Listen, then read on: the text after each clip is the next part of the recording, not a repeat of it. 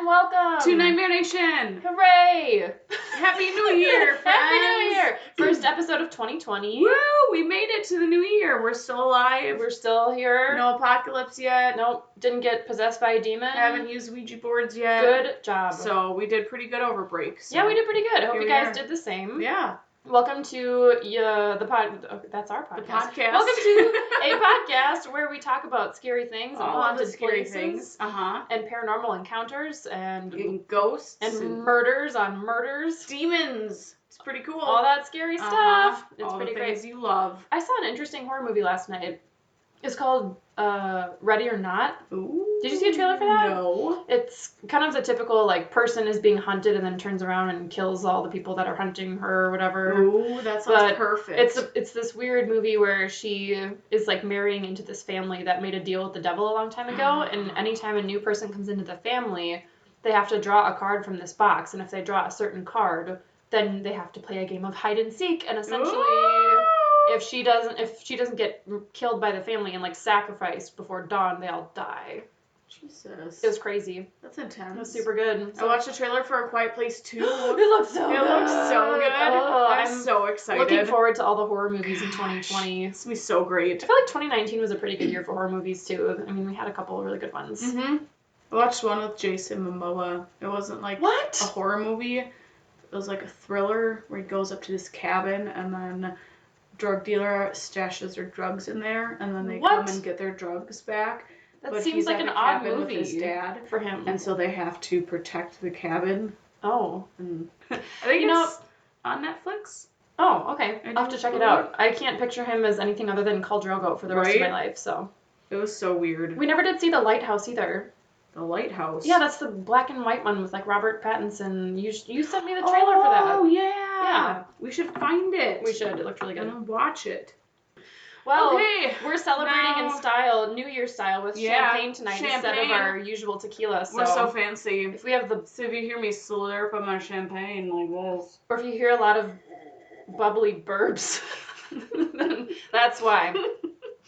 So, tonight we're bringing you to sunny California yet again. Because everything happens over in friggin' California. California, get your shit together. Just fall off the face of the earth already. Seriously. Except don't, because it's beautiful there. Exactly. But seriously, so many crazy things it. on the West Coast. In general, the whole West Coast is just full of serial killers and haunted shit all the time. Yeah, it's perfect. So we're talking about the Cecil Hotel. Cecil Hotel! Or is it Cecil? I didn't actually look. I would assume it's Cecil. I think we're so, just going to too. go Cecil. All right. If we're wrong, let us know. Yeah. But that's Let just us what we're going to know. go with. So, here it is. Here it is. We're going to tell you all about the grotesque and gruesome history and some crazy things that just happened recently that you may have already heard of. So yeah, there was some stuff that happened in like the 2000s. It's crazy shit. Yeah. So this place is fun. I really like it because it actually, at least I think this is true. I looked it up and it said that this was one of the hotels that inspired season 5 of American Horror Story. Yep. Which is all about a hotel built for a murderer and he murders people there. And it's really crazy. I didn't particularly like that season. I thought it was just really, really weird. Uh-huh. But it's really fascinating that it's actually kind of based on a real place. Yeah. So today it's known as the Stay on Main, which is considered a budget hotel. Hotel. Yep. It has all the crack whores. Oh, just you wait. Just you wait. So many of them. So it's a budget hotel with 600 rooms, and it's located at 640 South Main Street in downtown Los Angeles, which is why it's called the Stay on Main. There have been at least 16 deaths from non-natural causes at the hotel by either suicide, accident, or murder. That's a lot. So there may have been other natural deaths as well, like heart attacks, people dying in their sleep, whatever. Right. This is just the non-natural ones. There's at least 16. So the building was originally built in 1924 by hotel tycoon William Banks Hanner. So he had a bunch of other lines of hotels, and he had wanted it to be a destination for tourists and people traveling on business. The building was designed by Loy Lester Smith. Loy Lester! That's so fun. Loy Lester Smith! That's a super fun name. I love it. And it was designed in the Beaux Arts style. So I looked this up because I had no idea what it was. It's a It's an architectural style that is a blend of French Gothic and Renaissance elements and tends to use modern materials such as iron and glass. That's an odd combination. Yeah, it's like okay, let's put every single opposite architectural style in a bucket and stir it around with a stick and dump it out. And really terrible. I actually think the building's kind of cool looking. I saw a couple pictures, like the inside of the main entrance is really big and grandiose. The main entrance is pretty cool. Yeah, so that was like the cornerstone of the hotel, was this giant marble entrance, and it had like alabaster statues and stuff. It was pretty cool. So at the time it cost $1 million to complete. And I wrote down it had a large fancy marble lobby with stained glass windows and an alabaster statuary. Very fancy. You're so fancy with your words. A statuary, I know. Thank you, Wikipedia, for that. Yeah, I forgot to say I pretty much just copy-pasted from Wikipedia. Good. And then a website called thelineup.com. Thank you, friends. Yep, thanks a bunch, Wikipedia. I make sure to donate regularly. So at the time when it was built, it had seemed like a good investment because there had been a bunch of other similar hotels that had been built and were doing well elsewhere in downtown LA. So it kind of made sense to do, but unfortunately within 5 years of opening, the Great Depression hit. Yay! That's really terrible for business, so you can imagine it probably didn't take too long before people were like, yeah, we're not going to stay at your big fancy hotel because we're all broke and everyone is starving to death. So later in the mid-1900s, the hotel sank into further decline, and thousands of transients started populating the nearby area, which... Transients! Coming in. Yep, just hanging out and squatting and... Good. Yep, squatting. So that nearby area... In the lobby, just peeing. Gross. Right on that marble. There's nothing like a good marble pee. It's just so satisfying. What a great place to do drugs, too. Right? In a fancy marble lobby with a statuary. That's where I want to do drugs. Right? Mm-hmm. So that whole area is now known as like Skid Row, which covers 50 city blocks immediately east of downtown LA, and it has one of the largest actually like stable populations of homeless people in the country. Oh my. So they do like census population of homeless people? Of the homeless people that live in Skid Row, and there's at any given time there's like 2,800 people. At one point there was as many as 10,000 homeless people living within a 4-mile radius of the hotel. Holy Anna's face right now, her jaw is like wide open. What? Yeah, it's pretty insane. So yeah, it basically became just a real hotspot for homeless people, and you know, whenever there's poverty and homelessness, there's always crime and drugs and prostitution and bad things happening. So yeah, at one point, as many as 10,000 homeless people. Not good for business. No, that's terrible. So in 2007, new owners took over and refurbished a portion of the hotel, and then in 2011, the Cecil was actually rebranded as the Stay on Main, so it changed names a couple of times. In 2014, it was sold for $30 million to a New York hotel owner named Richard Bourne, and then a company called Simon Barron Development got a 99-year lease on the property. That's a long lease. It's a very long Holy lease. Shit. I know. It's better like the place you're staying then. Yeah. Damn. So they're going to have it for a while. And they essentially said they wanted to commit to preserving the architecturally or historically significant portions of the hotel, like the big lobby, but they wanted to redevelop some of the interior, and they added a rooftop pool, a gym, and a lounge. Ooh. Work supposedly was scheduled to complete sometime in 2019. It's now 2020. Yeah, that's not done? Well, I don't know. Oh, okay. That's all the further the Wikipedia article went. Oh, gotcha. But I'm assuming it all finished sometime in 2019, so... Ringing in the new year with some brand new renovations on the Stay on Main. Let go. So, do you want to hear about some death? Yep, I do. Give me all the death. So this is a trigger warning. There have been a lot of suicides in this building. It is crazy. Most of them involve jumping off the building. So, are you ready? Which is weird because when you go to hotels, maybe it's just like more modern hotels, but most of the time if you're on higher floors, either the windows don't open or they have a stopper to only allow it to open like a crack. That is true. I wonder if they're jumping from like balconies. If they have balconies, then maybe... Oh, that could be. Yeah. Potentially. That would make sense. But I mean, it is an older building, so I'm assuming probably it might not have that. They didn't have Yeah, especially a lot of them happened, actually most of them happened in like the mid-1900s, and not as many from recent years, so I wonder if that was like a new feature. Probably. So they kind of start, the ones that are on record at least start in November of 1931 when 46-year-old W.K. Norton, who checked in under the name James Willis, got his room, took a large amount of poison pills, and killed himself. Oh, jeez. A year later, 25-year-old Benjamin Dodich, I don't have no idea how to say that, checked into the hotel, and when a maid went to go clean the room on September 17th, he was found dead with a self-inflicted gun wound to the head. Ugh. 1934, so early 1930s was not good, I can imagine, because the Great Depression probably sent a lot of people into just complete economic doom, and they just couldn't handle it. I mean, could you imagine being the maid walking into that? Yeah, and finding that'd be awful. Gunshot victim. Yeah, just lying there and I'm dead. sure they dealt with a lot of that all the time back then. Right, I'm sure during the Great Depression and everything too. Like, I know. After seeing one, I'm out. They gotta give you like extra bonus pay when that happens. Like, oh, you saw a dead body today? Okay, fill out this form. We'll give you an extra 20% on your next paycheck. A nice little perk, I guess. Though. Yeah, but seriously, that's traumatizing. It really is. It's unfortunate. In 1934, 53-year-old former Army medical sergeant Louis D. Borden was discovered dead in his room after slitting his throat with a razor. Oh, gosh. He left behind a series of suicide notes, which basically said he ended his life because he was in poor health and just didn't want to deal with it. In 1937, Grace E. Magro became the first of many people to fall to her death from one of the hotel's higher floors. After falling from her 9th floor window, oh God, her body became tangled in telephone wires.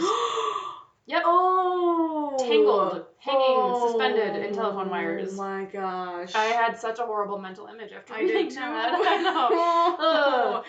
And this one, no one could really confirm if it was suicide. So did she like get electrocuted then on the wires? Possibly. I don't know. Because I mean, she didn't. Splat on the ground. Sorry for my verbiage. Yeah, but I have to imagine that if you're like hitting the telephone wires after falling several hundred feet. Yeah, I suppose that might actually break some things too. Yeah, I don't know. She might have been electrocuted. I didn't really. It didn't say much on that, other than no one was sure if it was suicide or accidental. Huh. So yeah, horrible. And then the very next year, so there's just death after death. 1938, 39-year-old Navy officer Erwin Neblett checked in and also poisoned himself. Jeez. And then there was like 6 other deaths between like 1938 and 1975, so I'm not going to go into all of them, but there was at least 5 additional suicides from people jumping off of various floors of the building. This one in particular was like really stuck out to me. In 1962, 27-year-old Pauline Otten jumped to her death from the 9th floor of the hotel and killed a pedestrian who was walking by. I read that. Like, I'm like, how unfortunate. How freaking unlucky do you have to be? He was a 65-year-old guy named George Gianni. He's just walking down the sidewalk, and you get pummeled by a flailing body and fucking die. That'd be awful. That'd be so awful. Oh no, George. Oh, can you imagine the first responder on that scene being like, holy shit. Right? And then you have to call the family and tell them, like, yeah, your person was killed by someone jumping from a building. Oh, gosh. Like, total accident. Just really, really awful. That's terrible. Rest in peace, George. Sorry, George. So sucky. And then... Here we go. There are the murders. So everyone loves a good murder. Just hang on to your britches. Hanging on to my britches. It's insane. They're hanging on. They're hanging. Some suspenders? Yeah. Go buy some. Clip your suspenders on. Make sure you clip it to your tight. bra. Just get it all snug in there. Cause shit's about to get real. Got it. Snug in a bag and a rug. All right. September of 1944, 19-year-old Dorothy Purcell gave birth to a baby boy. I'm not sure if it was in the hotel or not. I think it was in the hotel. I think it was. And I think one article I read was she went to the bathroom and had the baby in the bathtub. Oh, fun. Yeah. That's where I want to have my baby. Yep.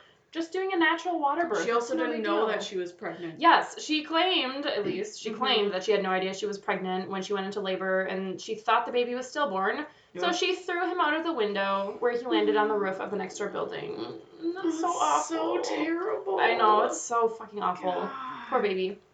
In January of 1945, she was tried for the murder and found not guilty for reason of insanity. Huh. So, good. She totally did it, she just was deemed insane. So, in 1964, a hotel staff member found the body of, and this is a nickname, Pigeon Goldie Osgood, because she liked to feed the pigeons in the nearby area. So her nickname was Pigeon Goldie, I guess. In her room, she had been raped, stabbed, and beaten to death. Oh my. There was one suspect in the case that they identified, but he ended up being cleared, so her case is still unsolved to this day. What? He was found walking around the area with, like, bloody clothes on, but I don't know, something happened and they cleared his suspicion. So, but unsolved. No. I don't know. That's weird. I don't know. I didn't have a ton of details on that one. Huh. And then I think the one that's really, really bizarre is February 19th of 2013, the naked body of Elisa Lamb. This is so freaking crazy. And this story I've heard covered by a couple different podcasts Yeah. because it's so bizarre.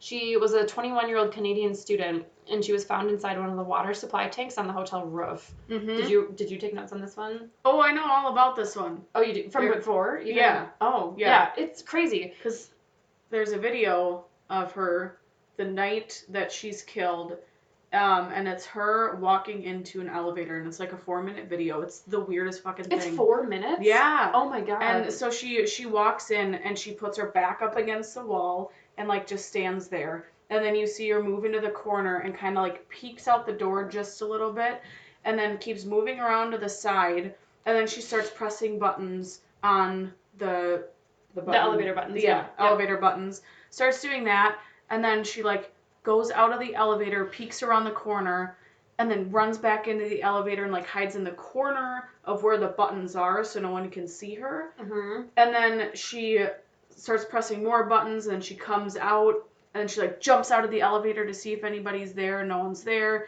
She walks over to the side where you can't see her outside of the elevator and just stands there. And then like just keeps going back and forth and back and forth. And then at the end, eventually you see her just walk out, and then she goes down the hall, and that's the last tape that they have of her. Yeah, it's so until bizarre. she was found. It's like almost the paranormal activity, like when people, like when they in the movies do like weird shit at night. Yeah. And they just like stand there and stare at the camera. That's what I'm picturing. I haven't actually seen the video, but now I want to. Yeah. Or maybe I don't. I don't know. It's weird. It's weird. Well, that's what kind of caused like so much speculation about her death, because people were saying, like, was she hiding from someone? Like one of the theories was that she was bipolar or schizophrenic, so she was just acting really oddly and didn't know what was going on, because her death wasn't really figured out as to like why it happened. Right, or how it happened too. Right, because she had been missing for almost 3 weeks, and then they found her decomposing body in the water tank after people started complaining that there was low water pressure and that the water tasted funny. And it was brown. Which is so gross. Mm-hmm. Oh my god, like dead, rotting, draughty water. Oh, it's so awful. Terrible. This water tastes funny. It's so awful. And I'm pretty sure it's a documentary on Netflix about the Cecil Hotel, really? and like yeah, the you texted me background about of it this. and everything. Oh, I want to watch it. And they go over her murder, and of course there's like all, like you said, all the speculations and well, that's the thing, like is her death was theories officially behind ruled an accidental drowning. But the only way that she would have been able to get up to the roof, they said, is you need to have access with an employee badge. That's the only way to be able to get up there. And so I think they had, they said that it was like one of the, oh my gosh, workers there. One of the staff? Yeah. They said that they may have done it, but they never actually came to a conclusion as to who did it. Yeah, that'd be weird to go up and accidentally drown in a water tank. Right. In a restricted area. Unless she was just completely like bipolar and had no idea what was going on and got herself in there somehow. I don't know how she would get to that area, but like it's possible she just didn't know what was going on. There are claims too where people say that the hotel is cursed, and so it's a possibility that maybe she's possessed. Could be. Maybe. I find that less likely than she was right. probably murdered. I'm sure she was murdered. I just still can't get over the mental image of like someone drinking brown water and being like, this tastes funny. That's so awful. That would be so weird. Well, and poor baby, like whether it was accidental or whether it was murder, it's still like a horrible, horrible way to die. So terrible. Yeah, just one of many, many deaths that happened in the hotel.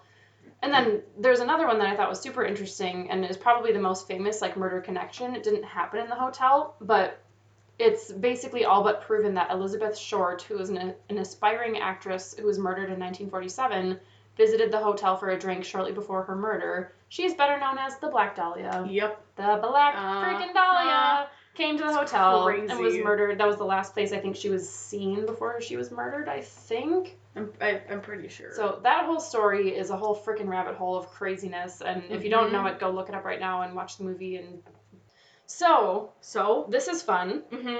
Tell me. 2 different serial killers. Ooh, yay! Have made the Cecil Hotel, their hangout. Ooh, their hangout. Yes. Perfect. So, do you know the Night Stalker? No. Richard Ramirez? So he was a serial killer who went on a spree in the mid-'80s where He would break into the homes of unsuspecting women to tie them up, rape them, and kill them. Good. Super stand-up guy. Cool. Awesome. Mm-hmm. So during the spree, he would frequently stay at the hotel, and he would sometimes throw away his bloody clothes in the hotel dumpster. Gross. So he legit just kind of like camped in the hotel when he was In during at least murders. part of his spree, Jeez. which is pretty crazy. And then another serial killer in 1991. He was Austrian, and I also heard this story on a different podcast. It's really fascinating. He was a Austrian journalist named Johann Jack Unterweger, and he got in trouble for a murder of a sex worker in Austria. Oh. And eventually I think he got released from prison and then came to America claiming to be writing an article about prostitution in America. Oh, yeah. So he was like hanging out with sex workers and, just all in the name of research, doing it for his article. And he ended up murdering 3 of them while he was staying in LA. Good. So he got eventually caught, but he hung himself the night of his sentencing when he received life in prison without possibility of parole. Jeez. So 2 different serial killers stayed in the same freaking hotel. That's ridiculous. It's insanity. It's insane. That's ridiculous. So that is the horribly gruesome, disturbing, Super ugly awesome. history of the Cecil That's Hotel. so great. So everyone go stay there. Yeah.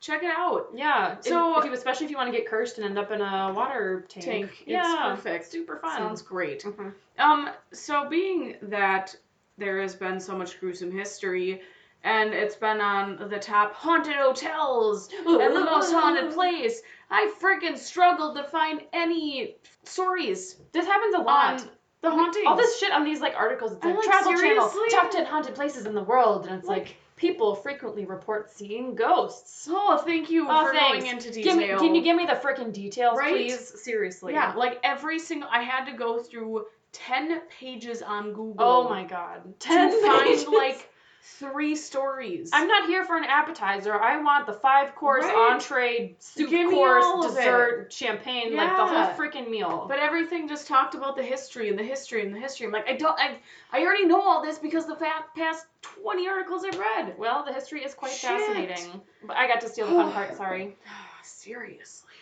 But anyways, so hauntings. The hauntings, there are a couple of them. So like I said, people think that the hotel is cursed just based on the amount of murders, suicides, and everything that has happened, and who knows, there's probably been satanic rituals there. Probably. I find that almost more interesting than it being haunted, quote unquote. Right. The idea that it might be cursed is super creepy. It's not just infested with ghosts. There may legitimately be an evil force. Because, you don't hear that many stories from other hotels about multiple people killing themselves or getting murdered or having 2 serial killers staying in your hotel. Dozens of deaths. Yeah. And, 2 serial killers. Yeah. It doesn't happen. Right. Which, again, a couple here and there, but that's about it. It's crazy. So it has been investigated by both the Ghost Hunters and the Ghost Adventures. Yeah. I haven't watched either of the episodes for it. I'm sure they're full of over-the-top reactions. Of course. And... Yeah. Oh my god, did you see that? Oh my god, Shadow. Yeah. We'll watch them. Yeah. So many people believe the building is haunted by spirits of everyone that has committed suicide or were murdered in the hotel. Go figure. I know. So there's one story that I found on ghosthuntuk.com. So he stayed in the hotel and said when he walked in, he just didn't feel right. He just had this overwhelming, uncomfortable feeling.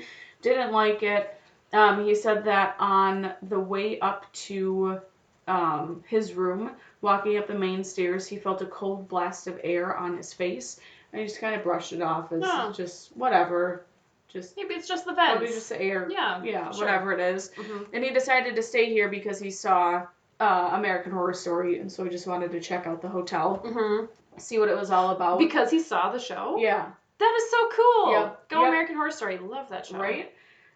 So then the whole time while he was walking up to his room, like I said, he just felt uneasy, uncomfortable, and just not welcomed there. So when he was about to go to bed and he was all nestled and snug in his little bed, oh, that's so snuggly. he felt the blast of cold air again.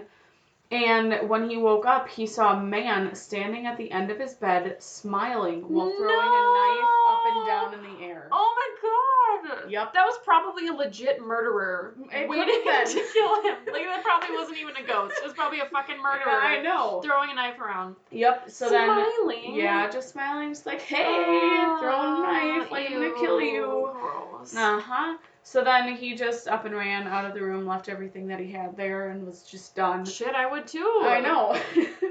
So then he thought, so he did some research on the hotel and everything, and he thought that it was Richard Ramirez. The Night Stalker! He said that he saw the picture and was like, that is who I saw. What year was this? I think it was recently. Oh, snap. Yeah. I don't actually know. Is Richard Ramirez still alive? I don't Please hold. think He was probably... so. Oh god, he's ugly. Oh, his teeth. Dude. Did he just like take He a looks mini like a fucking hammer? vampire. Did he take a little miniature hammer and just knock them out every other tooth? I mean, it's a Just like, possibility. oh my god. Okay. Gross. No, he died in 2013. Oh shit. So, there's that. And then... He got 19 death sentences. That's 19. ridiculous. Yeah, he sucks. He's also gross. So the Occult Museum said that guests have been said to experience seeing dark figures, waking up and feeling their blankets being tugged. And then there's a really famous photo that someone took. I'll post it on the Facebook and Instagram. But it is a picture of what looks like a person coming out of the window, like about ready to jump from the 4th floor. Like a shadowy type, Yeah. like misty figure. Oh, Yeah. god. Yep. And, What if it's someone just like perpetually living in like purgatory, just continually jumping to their death it could be. as a ghost? So then, some of the most haunted places, which I couldn't find any stories on these haunted places. Like no specifics, you mean? No. Yeah, okay. But the 14th floor is the last known place. Is it Eliza? It's either Elisa or Eliza, I'm not sure. Lamb was found. And that's also where Richard Ramirez stayed. So maybe she was possessed by Richard. I could totally see that being a thing. Because, did you say that she was, I think it was 2013, was it? I think so. That she went missing?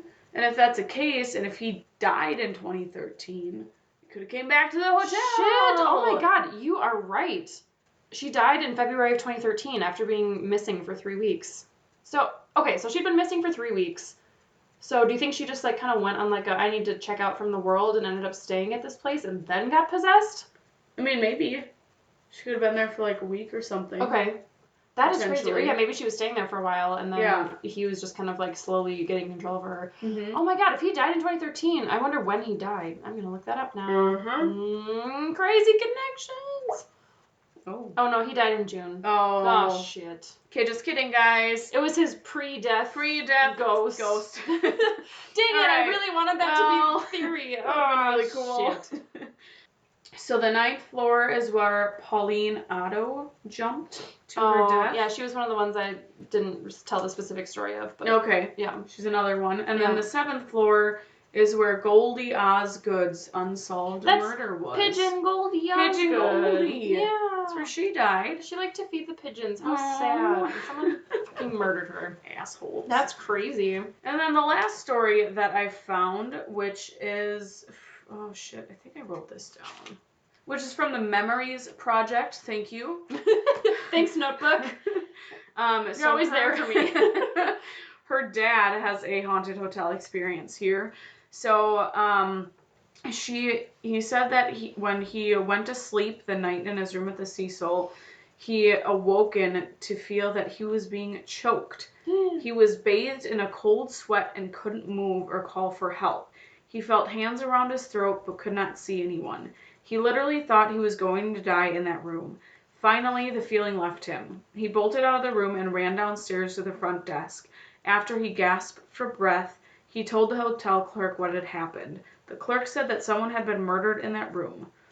And they don't freaking tell you that before you check in? No. What the Well, probably not, Oh my because they don't want God. people to freak out. Well, And with I the guess name change of the hotel, they're trying to yeah. release the stigma of the hotel. I guess if you stay there, you kind of know what you're getting yourself into. But Jesus, Yeah. that's crazy. And so he ended up leaving, and he's never stayed there. again. I always because of wonder in those situations, could it be sleep paralysis? But then I feel like you wouldn't be writing that story down and telling that story like this crazy thing happened to you if you ever had gotten sleep paralysis before. Exactly. Like, I feel like that's not something, and I'm totally talking out of my ass here because I don't really know exactly how it works, but I feel like sleep paralysis isn't something you just get like the one time. No, and it's something that's continuous. Yeah. Yeah.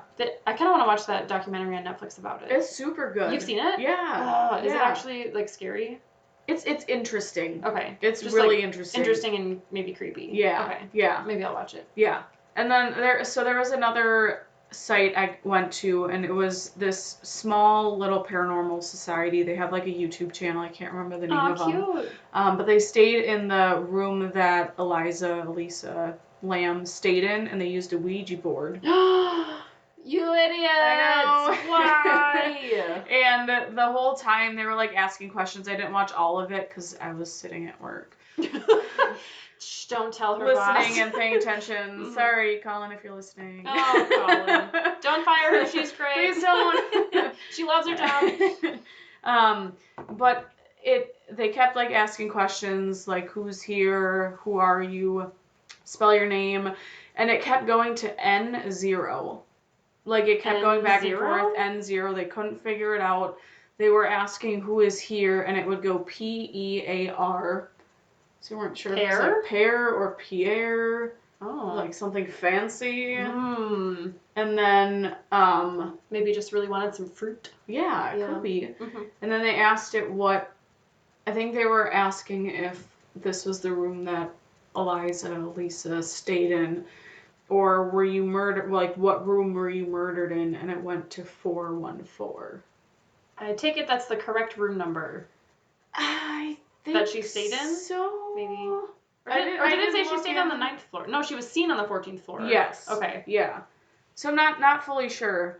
But I thought that was kind of interesting. N0. Because I always wonder, too, like, the skeptic in me is always with Ouija boards. I'm like, is it actually doing that? Or is someone just doing it because it's more interesting to have your hand move and have it spell out a message than have nothing happen at all? Exactly. But that's what I was thinking, too. But that's one that's, like, weirdly... I feel like if someone was going to be making it up, they would make it seem really dramatic, like and death or murder, sense. Not just N0. Yeah, and it kept doing... Like, with all the different questions they asked, and they asked a lot of different questions, it kept going in the same pattern. Weird. It would go to the N-O, and then it would go to the P-E-A-R, and it's just super weird. Trying to send some message that we're obviously not equipped to understand. Yeah. Interesting. Pretty much. That's super cool. Yeah. That was Guys, pretty neat. Support your local paranormal investigators. Yeah. That's some cool shit. There's a part of me that kind of wants to do a Ouija board just to see if it works. What are you saying? But I'm never going to because God. I don't want to be possessed. I was about to punch you in your face. Yeah, no, it's never going to happen. I'm very curious. Oh, I'm totally curious. But I know. I don't want a demon in my house. Nope. I have 3 cats. They're demonic enough already. I don't need another one. I need. Don't need another one. Yeah. Cool. So, good stories. Yeah, that's fun. Yeah. Go watch the documentary. Yeah. I have to figure out what it's called. I'm sure if you Google it, you can probably find it. Let's watch it next time we hang out. I guess if you've already seen it, then maybe that won't be that interesting for you. No, I'd still watch it. Okay, cool. So yeah, while Anna's looking that up, you guys send us your stories, please. Yeah. We want to hear your paranormal experiences or anything unexplained or freaky that may have happened to you. Any close encounters with a creepy person or an unexplained thing. Send them in to nightmarenation19@gmail.com. Nightmarenation19. Nightmarenation19. If you're curious, the 19 is because we started the podcast in 2019. Yeah. And Nightmare Nation was taken, so we had to add the number at the end. Yup.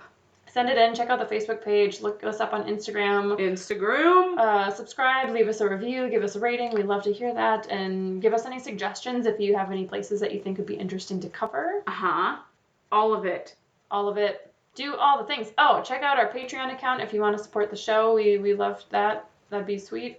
Give us money. If you wanna fund our road trip to all the frickin' haunted places in California, if you're feeling generous, we appreciate it. So yeah, do it. Do it. I can't find it. Oh, they have The Conjuring on Netflix. Yeah, they have Insidious too. on They have a Netflix. second one? Yeah. I saw it the Shit! other night. Oh, It's like, we've oh seen my the first gosh. one.